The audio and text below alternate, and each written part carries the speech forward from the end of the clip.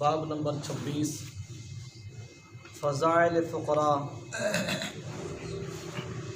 دولت مند تو کہتے ہوں گے نا کہ ہم بڑی عزت اور شان والے ہیں نا، لیکن خدا اس کے محبوب صلی اللہ علیہ وسلم کی بارگاہ میں فقیروں کی شان سنے۔ سبحان اللہ، سبحان اللہ، سبحان اللہ، سبحان اللہ۔ مالدار فقیروں جیسے کہاں؟ حضرت انس بن مالک رضی اللہ تعالیٰ عنہ روایت کرتے ہیں کہ فقراء صحابہ علیہ رضوان نے اپنے نمائندہ بارگاہ رسالت مآب صلی اللہ علیہ وسلم نے بھیجا، یعنی جو غریب صحابہ تھے، ایک نمائندہ بھیجا، اس نے حاضر خدمت اقدس ہو کر عرض کیا یا رسول اللہ صلی اللہ علیہ وسلم، میں آپ کی خدمت جلیلہ میں فقراء صحابہ کا قاصد حاضر ہوا ہوں۔ حضور علیہ الصلوۃ والسلام نے اسے خوش آمدید کہا اور دریافت فرمایا کہ تو کس کے لیے ان کے پاس سے آیا ہے، کیا مقصد، کیا مطلب؟ جو محبوبان کبریا ہیں وہ عرض کرنے لگے یا رسول اللہ صلی اللہ علیہ وسلم، فقراء یہ کہتے ہیں غنی تو سب نیکیاں سمیٹ گئے، یعنی جو مالدار ہے حج کرے گا حج کا ثواب پائے گا، مالدار ہے زکوٰۃ دے گا زکوٰۃ کا ثواب پائے گا، مالدار ہے صدقہ دے گا صدقے کا ثواب پائے گا، مالدار ہے رمضان شریف میں دوستوں کو روزے کھلوائے گا اس کا ثواب پائے گا۔ ہمارے پاس نہ ہی پیسے ہیں، نہ ہم حج کر سکیں گے، نہ غلام آزاد کر سکیں گے، نہ مساجد بنوا سکیں گے، ہم تو پیچھے رہ گئے۔ وہ فریض حج ادا کرتے ہیں جب کہ ہم میں استطاعت نہیں ہے، وہ صدقہ خیرات کرتے ہیں جب کہ ہم میں خیرات کرنے کی طاقت نہیں ہے، وہ بیمار ہو جائیں تو زائد مال صدقے کے ذریعے آگے بھیج کر ذخیرہ آخرت بنا لیتے ہیں۔ یعنی سارے اس قسم کے انہوں نے سوالات کیے تو حضور علیہ الصلوۃ والسلام نے ارشاد فرمایا کہ اے قاصد ذرا غور کریں، اس لیے تو ہم کہتے ہیں نا کہ دینے والی خدا کی ذات ہے، تقسیم فرمانے والی ذات مصطفیٰ۔ سبحان اللہ، سبحان اللہ۔ آپ کی ذات اقدس صلی اللہ علیہ وسلم نے یہ نہیں فرمایا کہ صحابہ یہ تو خدا بند قدوس کا معاملہ ہے، میں کیا کروں؟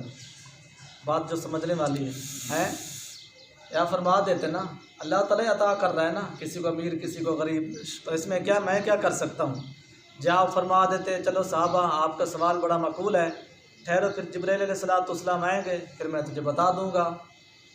اس لیے ہم کہتے ہیں آپ کی ذات پاک کو اللہ تعالیٰ نے اولین و آخرین کا علم اور صاحب اختیار بنایا۔ سبحان اللہ، سبحان اللہ، جب چاہیں جس طرح چاہیں جیسے چاہیں محبوب، یہ روحانی خزانوں کے مالک بھی آپ ہیں، علمی خزانے کے مالک بھی آپ ہیں، ولایت تقسیم کریں، قطبیت تقسیم کریں، غوثیت تقسیم کریں، کلندری تقسیم کریں، جنت تقسیم کریں، میری معرفت تقسیم کریں، ہم نے سارے کے سارے خزانے آپ کو عطا فرما دیے۔ سبحان اللہ، سبحان اللہ جی، سبحان اللہ۔ آپ نے فرمایا کہ اے قاصد فقراء میری طرف سے فقراء کو یہ پیغام پہنچا دو میری طرف سے۔ آپ نے کوئی بریک نہیں لگائی، کوئی فرشتے کے آنے کا ویٹ نہیں کیا، فوراً فرما دیا کہ تم میں سے جو صبر و قناعت اختیار کرے گا تو اس کے لیے 3 ایسی خصوصیات ہیں جس سے امیروں کے لیے کوئی حصہ نہیں ہے۔ صبر کرے گا اور ایسی اس پر قناعت اختیار کرے، 3 خصوصیات ایسی ہیں جو تم میں پائی جائیں گی اور امیروں میں نہیں ہوں گی۔ پہلی خصوصیت، جنت میں سرخ یاقوت سے جڑا ایسا محل ہوگا جیسے اہل جنت یوں دیکھیں گے جیسے اہل دنیا آسمان کے ستاروں کو دیکھتے ہیں، بڑی حیرت سے اور بڑی ٹک ٹکی لگا کر۔ اس محل میں نبی فقیر، شہید فقیر اور مومن فقیر ہی داخل ہو سکے گا۔ سبحان اللہ، سبحان اللہ، سبحان اللہ۔ اس طرح کے عظیم محلوں میں آج عمراء کے عجیب اچھے محلات ہیں، وی آئی پی ان کے مکان بلڈنگ ہیں، تو فقیر اندر تو بڑے کجا اندر جانا تو بڑی دور کی بات ہے، اس کو اس کے اندر جو حویل ہے اس کے اندر بھی اس کو آنے کے لیے اجازت نہیں ہوتی۔ یہ بات ہم اکثر عرض کرتے رہتے ہیں، صحیح سمجھو تالے لگے ہوئے ہیں۔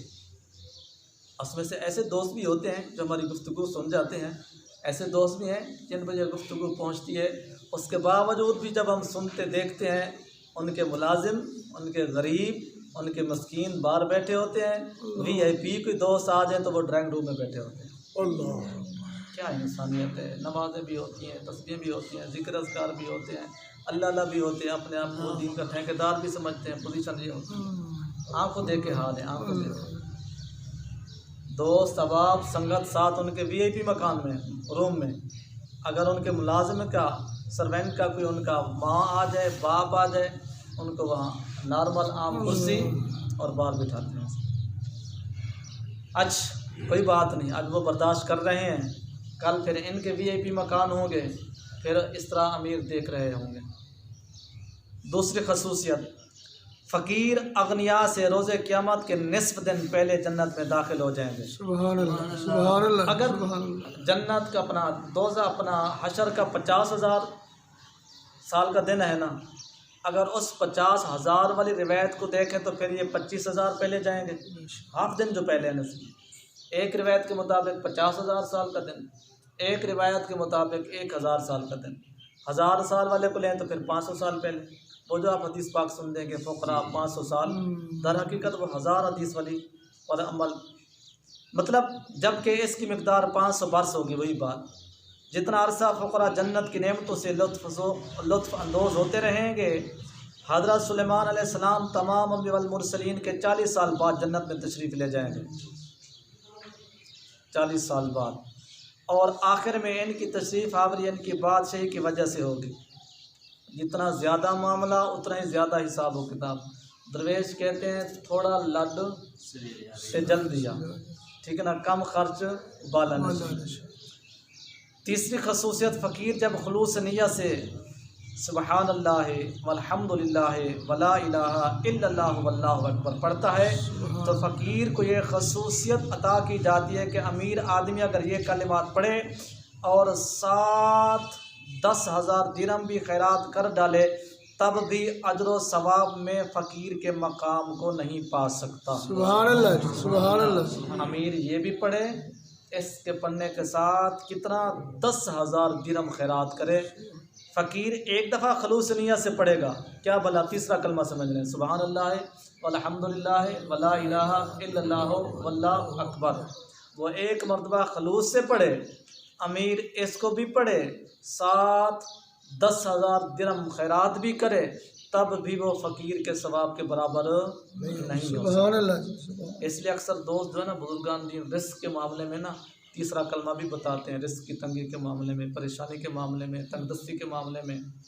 اسی طرح دیگر اعمال کا معاملہ ہے. فقیر کے نمائندے نے واپس جا کر جب یہ اطلاع دی تو سب پکار اٹھے، الہ العالمین ہم تیری تقسیم پر راضی ہیں. سبحان اللہ سبحان اللہ. رضینا برضا اللہ، رضینا برضا اللہ، مولا ہم تیری رضا پر راضی ہیں، مولا ہم تیری عطاؤں پر راضی ہیں. 7 چیزوں کی وصیت حضرت ابو ذر غفاری رضی اللہ تعالیٰ عنہ فرماتے ہیں کہ مجھے میرے خلیل سید الانبیاء علیہ السلام کی ذات اقدس نے 7 چیزوں کی تاکید فرمائی، نہ تو میں نے کبھی انہیں نظر انداز کیا اور نہ ہی کروں گا. وہ 7 چیزیں درج ذیل ہیں. آپ کی ذات پاک نے یعنی 7 چیزوں کی مجھے وصیت فرمائی، میں نے آج تک ان کو معاذ اللہ ثم معاذ اللہ نہ ہی حقیر سمجھ کے چھوڑا ہے تو نہ ہی چھوڑوں گا. نمبر 1، مسکینوں سے محبت اور ان سے قربت. مسکینوں سے محبت اور ان سے، سیدھی سی بات ہے، ہماری تربیت ایسی ہوئی ہے. حالانکہ سلام کرنا مسنون ہے نا. ہمارے اساتذہ یہ فرماتے تھے اگر کوئی دنیا دار، اگر کوئی بڑا رچ مین، کیونکہ ان کی عادت ہوتی ہے جو پراڈوں پر آتے ہیں، کروڑا پر آتے ہیں، تو وہ جو ہے نا ان کی عادت ہوتی ہے ایک ہاتھ سے سلام کرتے ہیں یا پھر آدھے ہاتھ سے. صحیح پوچھو تو ہمیں بھی اس طرح کی تربیت ہے اس معاملے میں. اگر کوئی ایک ہاتھ دے تو تم بھی ایک ہاتھ دیں. یہ مت سمجھیے گا کہ اگلا بندہ کمزور ہے. حدیث مبارکہ پر عمل کرتے ہیں ہم. التکبر ما تکبر فی الجہاد، تکبر والے کے ساتھ تکبر سے پیش آؤ، یہ جہاد ہے. بے شمار ایسے لوگ ہیں بیٹھے ہوتے ہیں اپنے طور پر سارے ہٹے گھٹے، تو جب ہم لوگ جب جاتے ہیں جو اہل پہچان ہوتے ہیں تو وہ فوراً رسپیکٹ کے لیے آگے اٹھتے ہیں، اٹھے بھی نہ تو وہ فوراً 2 ہاتھوں سے سلام کرتے ہیں. جو بیٹھے ہوتے ہیں پہلے اپنے آپ کو وہ تم انداز سمجھ کر جب افسر سمجھ کر ایک ہاتھ، ہم بھی ان کے سامنے ایک ہاتھ جہاں کر لیتے ہیں ان کو بھی ایک ہاتھ دیتے ہیں. اگر تم ہمیں رسپانس یہ دار ہے تو اپنی لوکات بھی یہاں دیکھ. وہی بات، غریبوں سے محبت کر، امیروں سے محبت نہیں. اس لیے جو بزرگان دین ہیں وہ فقیروں کو سینے سے لگاتے ہیں، وہ کپڑوں کو، پوزیشنوں کو، وہ ان کی شکل وضاقتوں کو نہیں دیکھتے. در حقیقت وہ اس طرح کی حدیث مبارکہ پر عمل کرتے ہیں. ٹھیک ہے جناب۔ نمبر 2، مالی اعتبار سے اپنے سے کم درجے کے لوگوں کو نہ دیکھو، لوگوں کو دیکھو نہ کہ بڑوں کو۔ ایک بندہ 1 ایکڑ کا مالک ہے، اس سے آگے والا 1 مربع کا مالک ہے، تو مربع والے کو نہ دیکھ، تو اپنے سے نیچے جو 2 کنال کا مالک ہے تو اس کو دیکھ۔ تو پھر بھی اس سے 6 کنال زیادہ رکھتا ہے نا زمین۔ مطلب اپنے سے کم دیکھو گے تو انسان کے اندر جو ہے نا انسانیت پیدا ہوگی۔ صلہ رحمی اپناؤ گو کہ مجھے قطع تلقی میں جھونک دیا جائے۔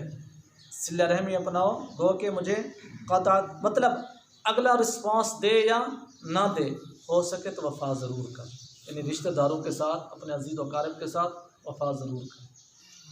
کثرت سے ولا حول ولا قوت الا باللہ پڑھو، کیونکہ یہی نیکیوں کا خزانہ ہے۔ حدیث مبارکہ آپ سنتے نہیں، ابراہیم علیہ السلام نے فرمایا کہ میں اپنی امت کو جا کر کہہ دینا جنت ایک چچیل میدان ہے، اور وہاں اگر باغات لگانا آئے تو، یعنی وہاں باغات لگاؤ، پھل بوٹے لگاؤ۔ تو ذات مصطفیٰ صلی اللہ علیہ وسلم نے فرمایا کیا حکم ہے؟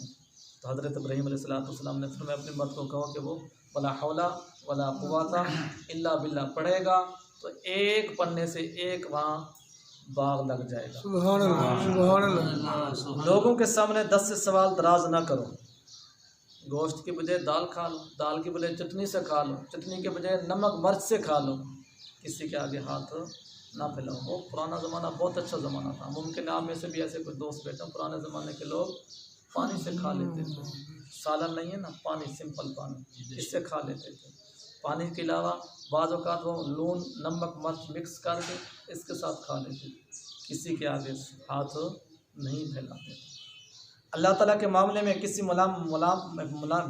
ملامت کرنے والے کی ملامت کی پرواہ نہ کرو، یعنی دین کے معاملے میں آپ نے حق بات کہی، دین کی بات کہی، اللہ تعالیٰ کے حکم کی بات کی، اگلا بندہ آپ کو ملامت کر رہا ہے، آپ کو برا بھلا کہہ رہا ہے تو اس کی پرواہ، فار ایگزامپل آپ کو مثال عرض کر دوں، ایک بندہ داڑھی مبارک رکھا لیتا ہے، دوسرا کہتا ہے یار تو بہت بڑا حاجی آ گیا، بہت بڑا تو دیندار آ گیا، دین کے معاملے میں ملامت کر رہے ہیں نا، اس کی ملامت کی پرواہ نہ کرو۔ اس طرح زلفہ مبارک رکھا لیا ہے یا اور کوئی بھی دین کا اس طرح کا کام ہو۔ نمبر 7، سچ بات کہہ دو اگرچہ سننے والے کو کڑوی ہی لگے، سچ بات کہہ دو۔ حضرت ابو ذر غفاری رضی اللہ تعالیٰ عنہ کے ہاتھ سے کوڑا بھی گر جاتا تو کسی اور کو اٹھانے کی زحمت دینا بھی گوارا نہ کرتے۔ میرے محبوب صلی اللہ علیہ وسلم نے فرمایا نا بھی کسی سے مدد نہ لینا، دست دراز نہ ہونا۔ حالانکہ یہ معمولی بات ہے نا، گھوڑی پر بندہ سوار ہے، اونٹ پر سوار ہے، اسٹک گر گئی ہے، آسا گر گئی ہے تو بندہ کہہ دیتے نا مجھے اٹھا کر دے دو۔ آپ نے ایسا عمل کیا گھوڑے سے اتر کر اپنی سوٹی اٹھا لیتے تھے، لیکن کسی کو کہتے نہیں تھے۔ اللہ تعالی ہم سب کو بھی عمل کی توفیق عطا فرمائے۔ بسم اللہ الرحمن الرحیم، والصلاۃ والسلام علیکم۔